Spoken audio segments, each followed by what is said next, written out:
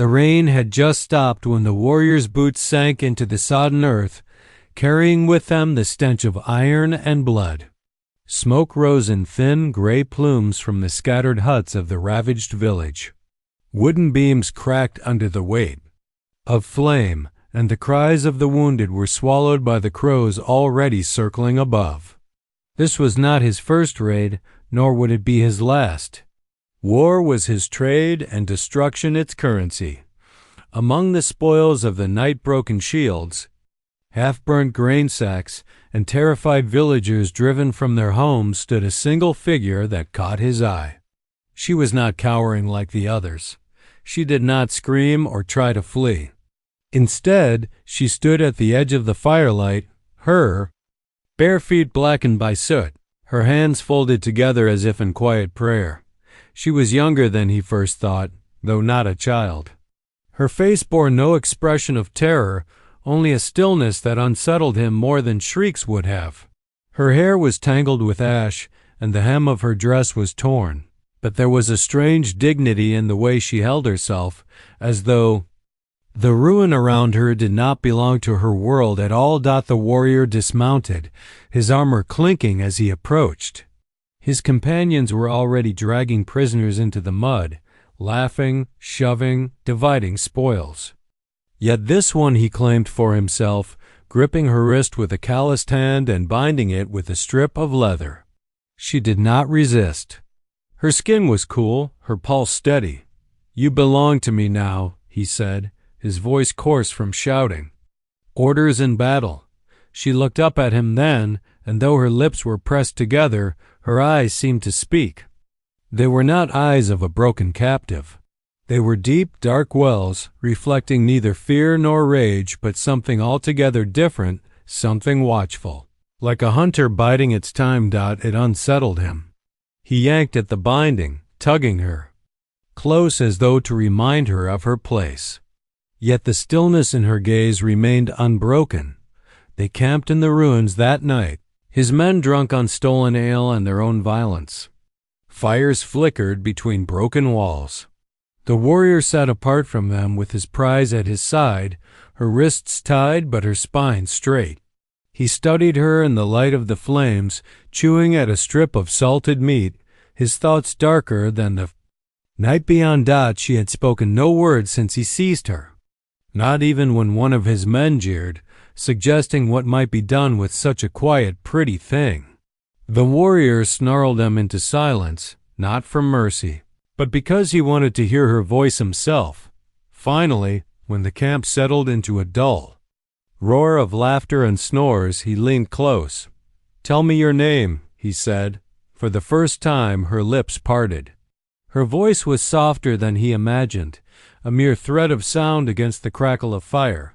"My name is not yours to know." He smirked, amused by the defiance, though something inside him tightened. She was not begging, not bargaining. She was refusing, and that was a rarity he had not faced in years of conquest. "You will speak when I command." He growled, and his hand tightened on her arm. Her gaze did not waver. Her eyes, dark and heavy with meaning, seemed almost older than her face. Then, as if she had already measured the fate awaiting them both, she whispered, "Then command yourself before you command me." The words cut deeper than a blade. The warrior drew back, unsettled yet unwilling to admit it. Around him, the fires burned lower and the night pressed in heavier. The leather ties around her wrists seemed suddenly fragile, almost unnecessary. She did not look like a captive at all. And though he told himself she was only a woman, only another spoil of war, a small voice buried deep and long ignored warned him that he had taken hold of something far more dangerous than he understood. Camp quieted as the night deepened. Drunken laughter gave way to snores, and the crackling of fire became the only sound aside from the restless neighing of tethered horses. The warrior sat apart, sharpening his blade though it needed no edge, his eyes drifting again and again. To the girl seated nearby, she remained bound, though her posture was unbowed. The orange glow of the flames painted her cheekbones in stark relief, and her hair, tangled and streaked with soot, shimmered faintly as though touched by some hidden light. Every so often she would close her eyes, not in fatigue but as if listening to something he could not hear. The warrior scowled at her silence. He was accustomed to captives weeping, pleading, or at the very least showing fear. Her composure unsettled him more than resistance would have. It made him feel as though the roles between them had been inverted, as if he were the one being watched, measured, weighed. He swallowed his unease with a gulp of bitter ale and rose. She did not flinch when he crouched before her. Her eyes opened, slowly, locking onto his with that same depth that had disturbed him since the moment of capture. "You should fear me," he said, his voice low. "Others do." "I do not," she replied simply, her tone neither proud nor mocking, but coldly honest. His jaw tightened.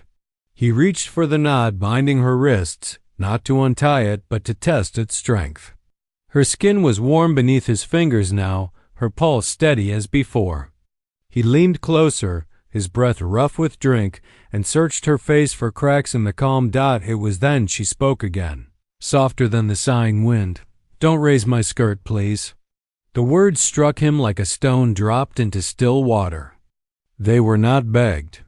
They were whispered, almost like a secret meant only for his ears. There was no tremor of terror, no cry of desperation.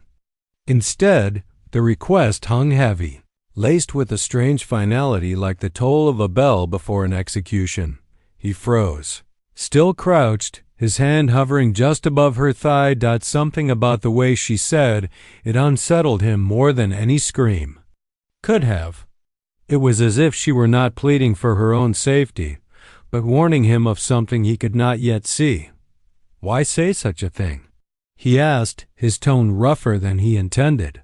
Her gaze did not falter. "Because if you do, it will not be me who suffers." The warrior laughed, though the sound came out hollow. "You threaten me?" "I warn you," she said. Her voice was quiet, but each syllable carried weight, as though it had been spoken countless times before. His hand lingered near the knot, but now it was no longer driven by desire. It was pride, arrogance, the need to prove that no whisper from a bound girl could sway him. He leaned closer, his face inches from hers, his shadow swallowing her in the firelight. "You belong to me," he hissed. Her eyes narrowed not with fear, but with sorrow. "No one ever belongs to you, not truly. And should you forget this—" She paused, tilting her head as though listening to something only she could hear. "You will pay." Her words crawled into him like cold fingers pressing against the back of his skull.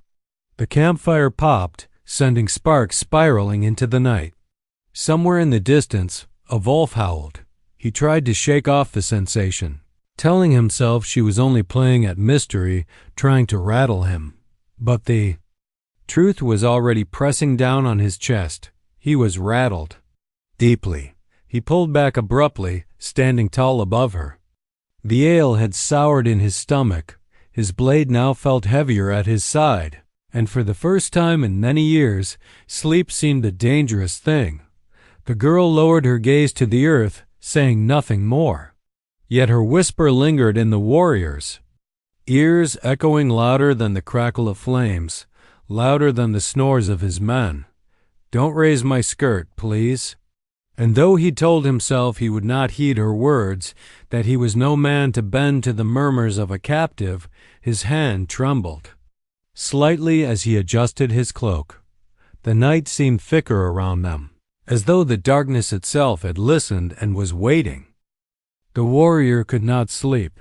His men lay sprawled in drunken heaps across the blackened ground, their snores rising like the buzzing of insects. The fires had burned low, their light reduced to faint red embers, and the night was heavy with the scent of smoke and damp soil.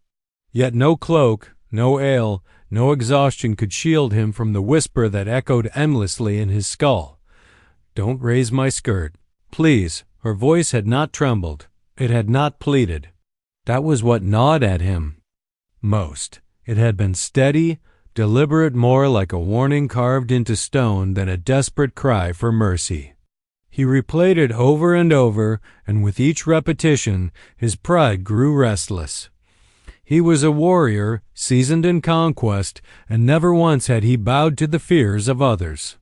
Why should a captive's murmur unsettle him? Why should a girl, bound and powerless, command more weight than his sword, his strength, his victories? His jaw tightened as he glanced toward her. She was still there, seated upon the ground, her wrists bound before her, her head bowed as though in prayer or perhaps in listening to something deeper than the silence. The dim glow of the embers licked across her face, and her stillness infuriated him. It was not fear. It was not defeat. It was defiance. The warrior rose, his armor shifting with a faint metallic sigh. He stepped over the bodies of his men, careful not to wake them, and approached her. Each footfall was deliberate, heavy, like the beat of a war drum. She lifted her head as he neared. Her eyes caught the ember light and reflected it not as fire, but as some endless depth, a shadowy pool that seemed to draw him inward. She said nothing, but he felt the weight of her silence pressing against him, as though she had already spoken and was only waiting to see what he would do. He crouched before her. His hand, calloused and scarred from countless battles, reached out to her chin, forcing her to meet his gaze. "You think your whisper binds me?" he asked, his voice low, harsh. "You think I fear your words?" Her lips parted just slightly. "You should." The simplicity of her reply stoked his anger like oil poured on flame. His pride flared. He was not a man to be ruled by shadows and warnings. He was steel and blood, the breaker of walls, the taker of spoils. No captive could command him, and so, though the smallest, faintest thread of unease tugged at him, he defied it. His fingers slid down, grasping at the hem of her skirt. For the briefest moment, the air seemed to shift. The embers hissed as though rain had fallen upon them. The night itself seemed to draw breath, waiting. Still she did not resist. She did not struggle, did not plead. Instead, her eyes softened with something he had not expected, sorrow. As if she had seen this moment before, countless times, and knew what must follow. The warrior sneered at her calmness, mistaking it for submission. "Your warnings end here," he muttered. And with one swift motion, he lifted the fabric, pulling it upward in defiance of her whispered plea. At once, the air turned colder. The earth beneath him seemed to pulse, as though the soil itself had veins of ice. The fire sputtered, dimmed, and shadows lengthened unnaturally across the camp. The warrior froze mid-breath. The girl's eyes, once dark and mournful, now gleamed with something unearthly. They no longer belonged to a helpless captive. They were ancient, fathomless, burning with a knowledge that pierced him deeper than any blade ever had.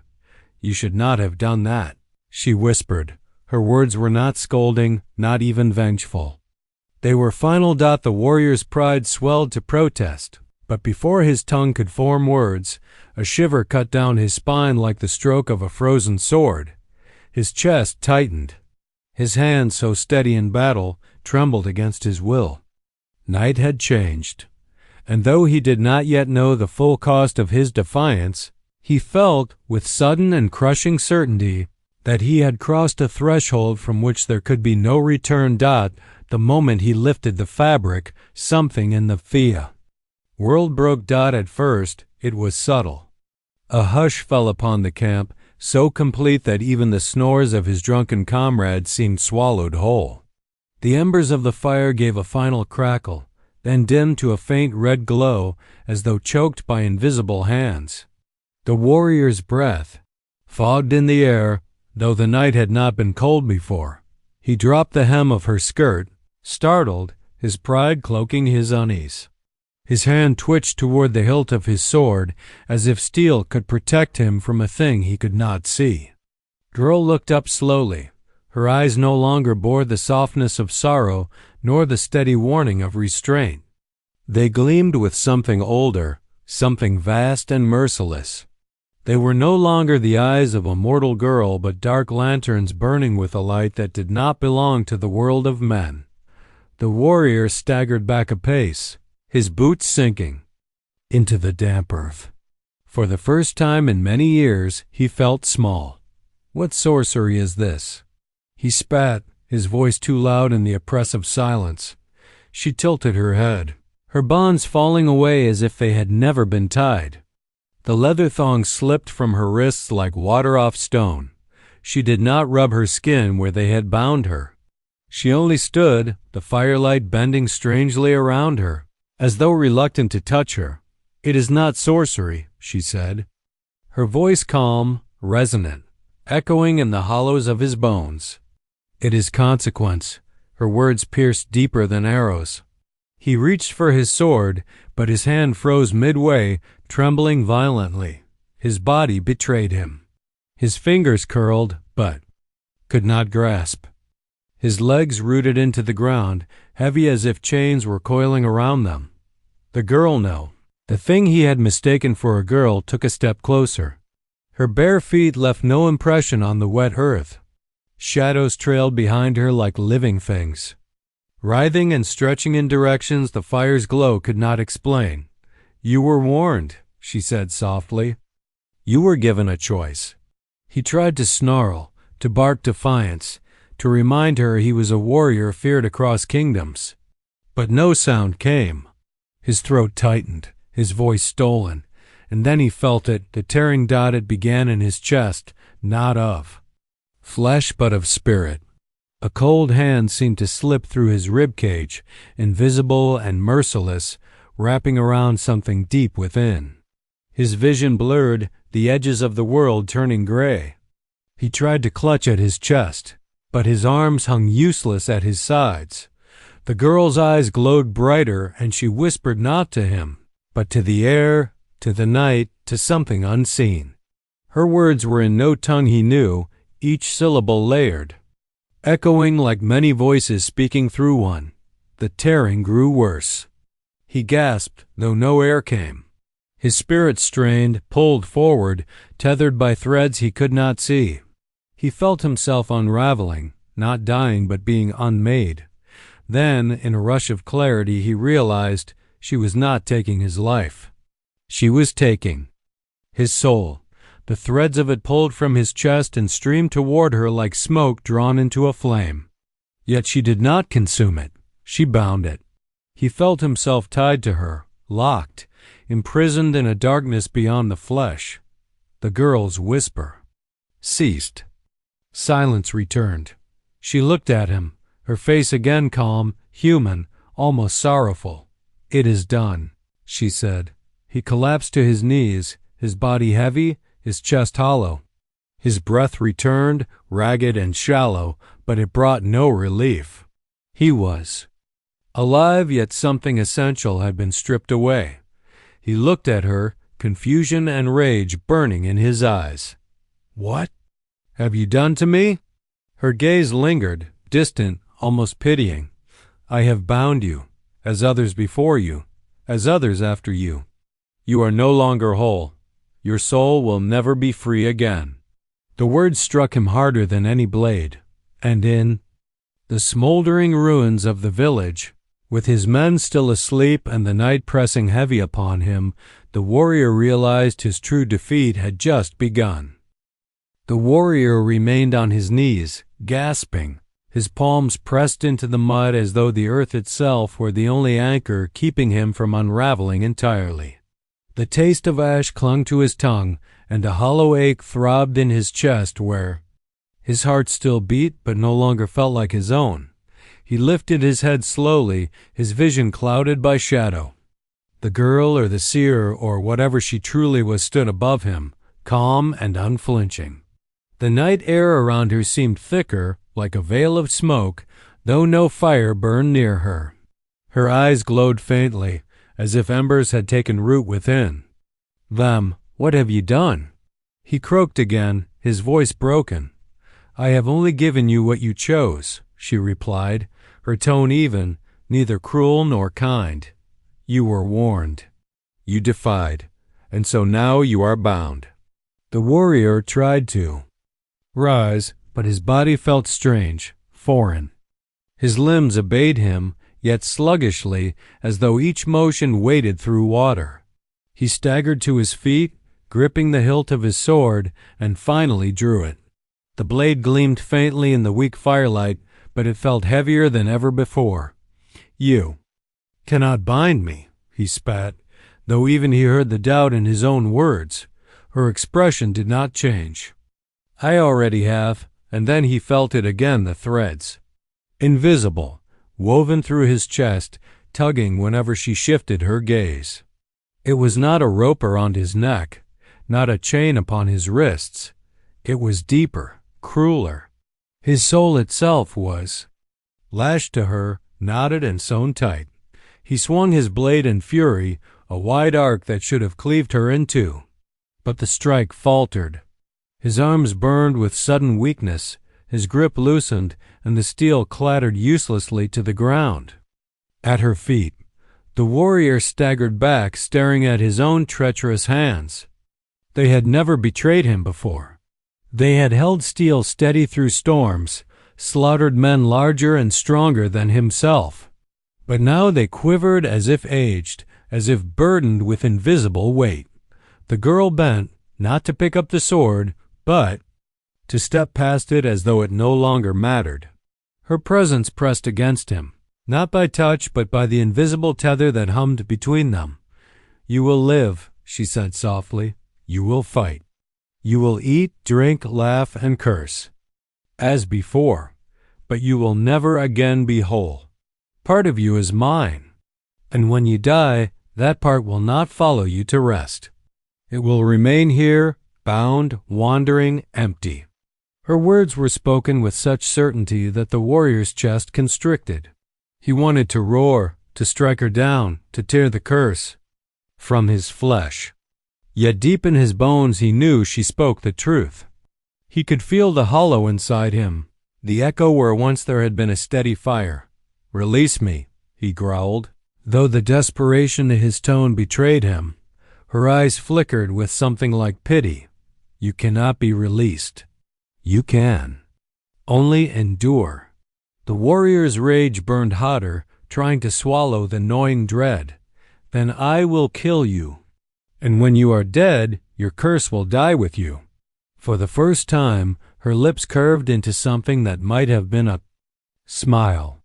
But it was not warm, it was sorrowful. You are not the first to think so, she said, nor will you be the last. The warrior's heart pounded, hollow but furious. His breath came ragged, his fists clenched though they trembled. He wanted to strike, to silence her, to reclaim the pride she had stolen. But in the silence that followed, he realized the most terrible truth of all. He had won battles, sieges, and endless wars. Yet here, in the ruins of a nameless village, with a single whisper and a gaze too ancient for her face, he had been conquered, and the conqueror's soul was no longer his own. The warrior stood shaking, his sword useless at his feet, his soul gnawed by an absence he could neither name nor mend. He felt the hollow inside him with every breath, a cavern where something vital had been ripped away.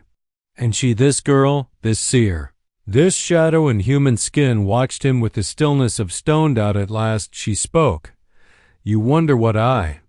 Her voice was calm, even, but it carried into him like a blade pressing between ribs. I do not wonder. He spat, though his voice cracked. You are a witch, a curse sower. She shook her head slowly.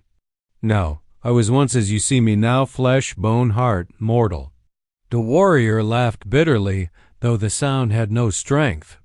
A mortal does not bind a man's soul with whispers. Her eyes lowered, shadows gathering in their depths. No, not a mortal, not anymore. She began to move through the ruins, her steps soundless, her bare feet brushing against charred wood and ash. The warrior followed with his gaze, torn.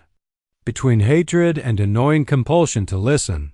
Long ago, she said, I was taken as you sought to take me. Not once, but many times. Each time I begged. Each time I whispered. And each time I was ignored. The warrior clenched his fists, shame warring with defiance. And in the end, she continued, when the last shred of me was broken, I prayed not to gods, not to spirits, but to the earth itself, to the deep and ancient silence beneath. All things. I prayed not for rescue, but for an answer. The air seemed to thicken as she spoke, as though the night itself leaned closer, and the silence answered. It said, if they will not hear your plea, then let them carry it forever. Let every defiance of your whisper bind them to you, so they may wander as hollow as you were left. Her eyes lifted to his, blazing with a sorrow older than centuries. So it became. And I became what I am now, no longer only woman, not spirit, not God, but vessel. A curse that binds the arrogant, a whisper that chains the defiant. The warrior's throat tightened. You lie, he growled. You speak riddles to frighten me. Then tell me, she asked, stepping closer. Do you feel whole? Does your chest not ache with emptiness? Does the fire of victory still burn? In you?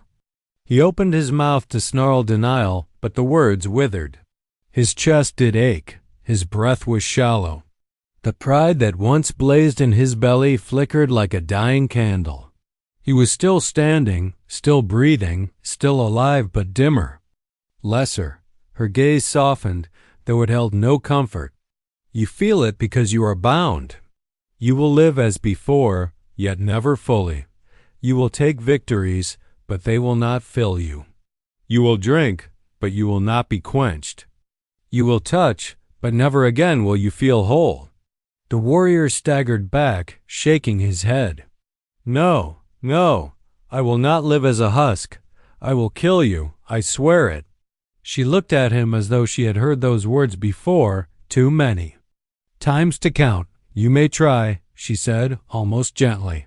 But even should you strike me down, the binding will remain.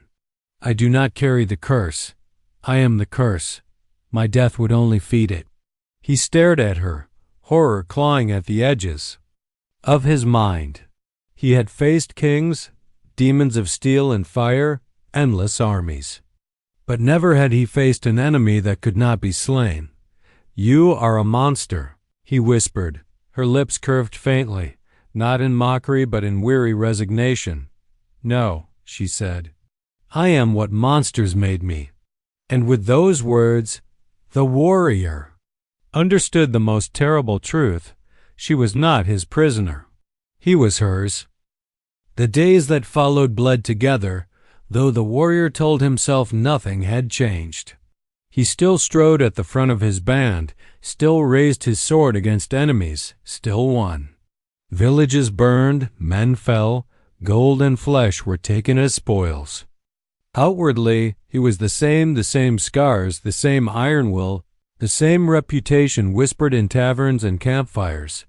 Yet inside, he was not the same. Each victory rang hollow. Where once the thrill of conquest sent his blood surging, now there was only a faint echo, as if triumph had become a story told to him rather than an experience lived. He laughed with his men, but the sound felt brittle in his throat. He drank, but the ale turned to ash on his tongue. He touched women, but their warmth slid across his skin without sinking in. At night, the curse revealed itself in full. He would lie by the fire, sleep heavy on his men, but when his eyes closed, he heard her whisper again, Don't raise my skirt, please. Sometimes it came as soft as the wind, barely brushing his ear. Other times it thundered like a battle cry within his skull, jerking him awake in cold sweat. Each time his hand would drift unconsciously to his chest, pressing against the hollow where his soul once burned steady, and his reflection betrayed him most. The first time he noticed was by the river.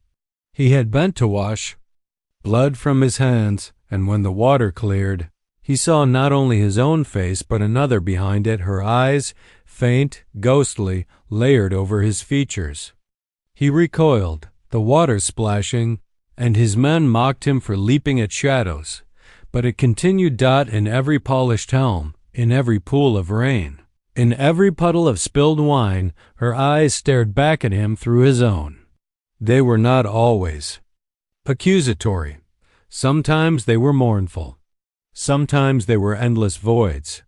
But always they reminded him of the tether, the invisible threads binding him tighter with each glance. He grew restless. When his men slept, he walked alone into the woods, desperate to breathe air untainted by her presence. Yet she was always there, whispering in the crunch of leaves, sighing in the wind between branches. Once he thought he saw her figure standing between the trees, silent, unmoving, watching. He charged, sword drawn, only to find empty air.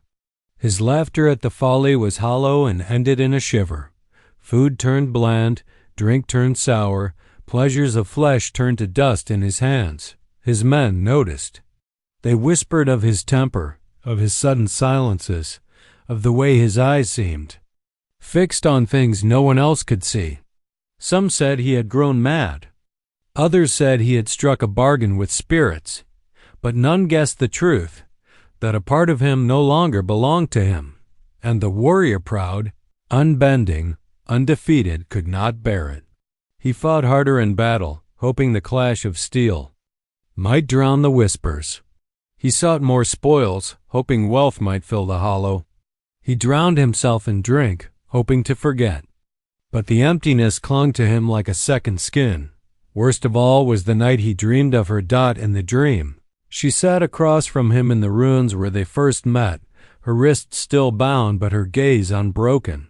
She whispered the same words, again and again, her voice layering until it became a chant. "Don't raise my skirt, please. Don't raise my skirt, please." He awoke with a scream, his men startled awake, staring as though they saw a demon rising from his skin. And perhaps they did, for the curse was no longer just his secret. The shadow had begun to seep outward, a darkness his companions could sense, though they could not name it. And so the warrior walked among men as before, but with an emptiness gnawing ceaselessly inside him. He was alive, yes, but he was no longer whole. The seer had told him the truth. His soul was chained. And the tether grew tighter every night. Seasons passed, though to the warrior they were little more than shifting colors of the same empty sky. He rode from conquest to conquest, piling spoils at his feet, carving his name deeper into the songs of men. But the hollowness within him only grew, gnawing steadily at what remained of his spirit. At first, he thought he could bury it beneath blood and glory. He fought with greater ferocity than ever before, slaughtering foes with a hunger that startled even his comrades. But though victory still followed him like a loyal hound, each triumph felt thinner, more brittle, as though he were gnawing on bones long stripped of meat. When the feasting came after battle, he drank more than any man at the table, yet the ale never warmed him. He ate until his belly ached, but the food was ash on his tongue. He dragged women into his tent, but no embrace could reach beyond the hollow in his chest, and people noticed. At first, his men whispered that their leader had grown colder, crueler. They excused it as the toll of endless war. But then they began to fear him, not for his sword, but for the emptiness in his eyes. He laughed at their jests, but without mirth. He stared too long into the fire, lips moving silently as if speaking to someone unseen. Once, when a young recruit dared to ask why their chieftain never smiled anymore, the older veteran shushed him, muttering of curses, of spirits, of the way shadows sometimes seemed to cling to the warrior's footsteps. The warrior dismissed their fears, though deep down he knew they were not wrong. The curse followed him like a second shadow. At night, he dreamed of her. Sometimes she stood at the edge of his vision, silent, her eyes burning with that endless depth. Sometimes she whispered the same words again and again. Don't raise my skirt, please, until the chant rang louder than a war drum in his skull. Sometimes she simply wept, and the sound filled him with the grief. So raw he awoke with tears on his face, but the worst were the nights when he dreamed of battle. He saw himself cutting down foes, bathing in blood and triumph, yet when he looked into their faces, they were all hers. And with each strike, he felt another thread binding him tighter, until he awoke strangled by his own breath. He sought help. Priests blessed him with holy oils, chanting prayers to sever whatever spirit haunted him. Shamans rattled bones and burned herbs, drawing symbols in ash upon his chest. Witches offered charms, talismans, strange concoctions to drink. Nothing worked. The hollowness remained, and so he began to wander not in search of conquest, but in search of release. He climbed mountains to speak with hermits who claimed to know the language of the earth. He descended into caves where oracles whispered riddles. He even bled himself upon ancient stones, hoping sacrifice might appease whatever dark power bound him. But the tether never loosened. Sometimes he swore he felt her presence close, just beyond the veil of sight. He would whirl, blade drawn, to find only shadows, only silence. Other times he felt her breath against his ear, her whisper brushing his skin like a lover's caress, though no one stood beside him. He grew restless, unpredictable. His men followed him less out of loyalty than out of fear. He changed camps often, as if running from something that was always a step behind. He trusted no priest, no witch, no companion. He trusted only his sword, and even that felt heavy in his hands, as if it too mourned the fire that once guided it. And through it all, he understood one truth with growing certainty. He was not living. He was enduring. His victories, his pleasures, his glories, they were shells, empty husks of what they had once been. He was a man walking, yes, but only half of him. The other half was lost, bound, chained, and forever beyond his reach. Years bled into one another, and though the warrior's body endured, his soul rotted in silence. His name still carried fear. His sword still claimed lives, but the songs sung of him no longer reached his ears as triumphs. They were hollow echoes that mocked him with every verse. He had lived half a life for so long that he almost believed this emptiness was all there was. And then, on a battlefield of mud and fire, he saw her again. The day had been chaos. Two armies clashed beneath a gray sky swollen with rain, blades flashing, men screaming as the soil turned to blood-soaked mire. The warrior moved as always, unyielding, unbreakable, a storm of steel. Yet no victory filled him, no roar of conquest rose in his chest. He fought only because fighting was the only thing left to him. It was in the lull, when the enemy's line faltered, that he saw her. She stood beyond the melee, untouched by mud, by blood, by time. She had not aged a day. The years that had carved lines into his face had not marked hers. She was as she had been the night he defied her, calm, straight-backed, her hair dark as cinders, her eyes endless, and she was watching him, his breath caught. The sword in his hand felt suddenly foreign, as though it belonged to another man. He tried to blink her away, to tell himself it was a trick of exhaustion, of smoke, of rain. But when he looked again, she was still there, unmoving, unblinking, waiting. Rage surged through him, but beneath it trembled something worse, fear. Not fear of her power, for he had already lived under it. Not fear of death, for he had long since ceased to value his life. It was fear of recognition, of knowing that after all the years of seeking, fleeing, enduring, she had never been gone. He charged through the mud, cutting down anyone who blocked his path, his eyes locked on her figure at the edge of the field. She did not move. His men shouted, thinking him mad, but he did not hear. He reached the rise where she stood, his chest heaving, rain and sweat streaming down his scarred face. "Why are you here?" he roared, his voice breaking like a wounded animal. "Why do you haunt me still?" She regarded him with the same calm she had worn on the night of his binding.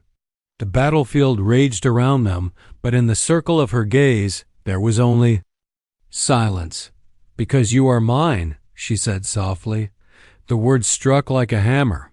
He dropped to his knees in the mud, clutching at his chest as if he could tear out the hollow and fill it himself. "I have fought," he snarled. "I have sought. Priests, witches, gods, none can break you. None can free me." His voice cracked into desperation. "Tell me, what do you want? Why chain me so? Why not kill me and be done?" Her eyes softened not with mercy, but with something far heavier.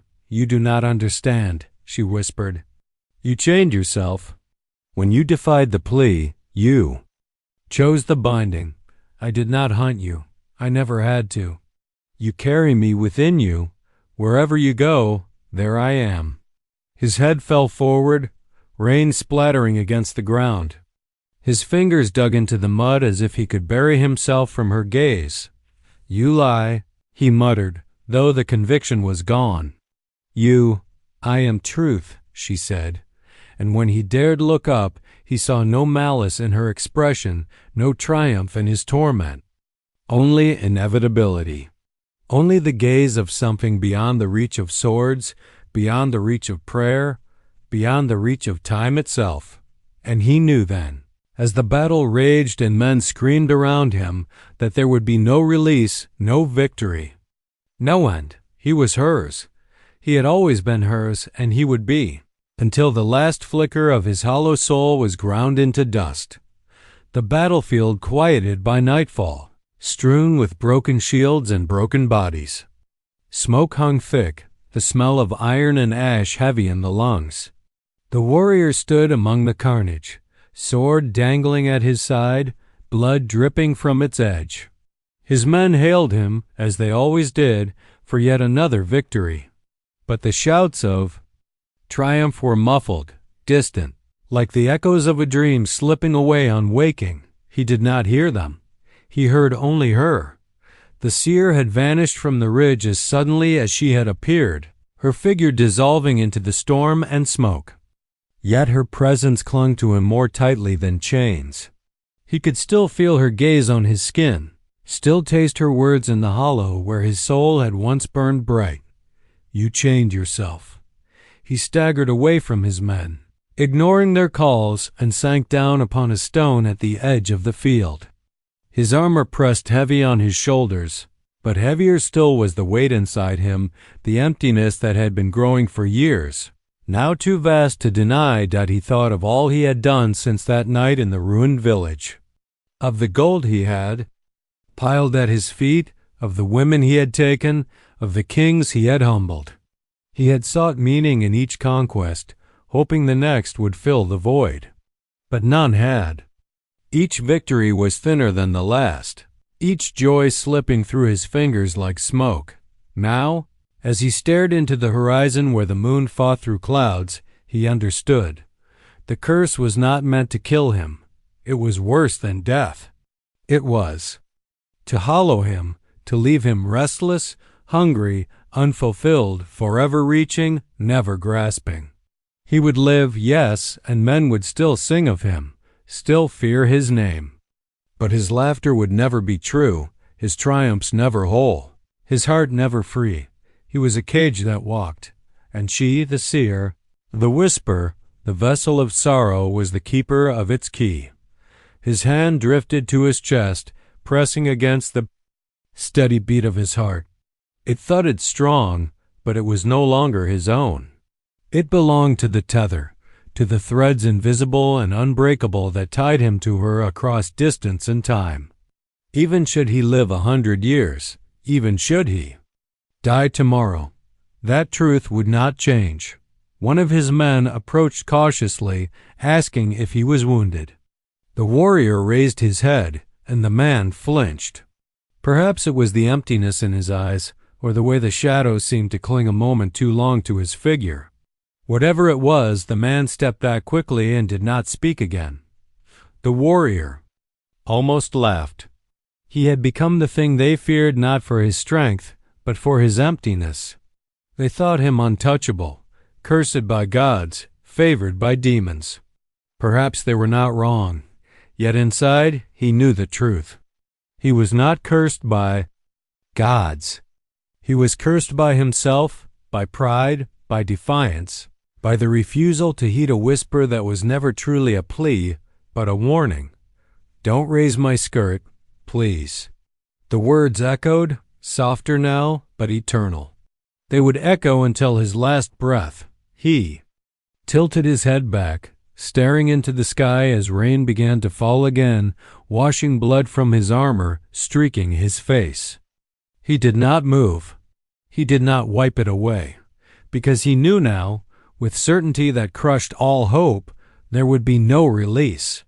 No absolution. He could win 1,000 battles, claim 1,000 crowns, carve his name into the bones of history itself. And still, when all songs ended and silence fell, he would remain as he was now, hollow, tethered, unfree. The warrior's body would live, but his soul would never walk free again.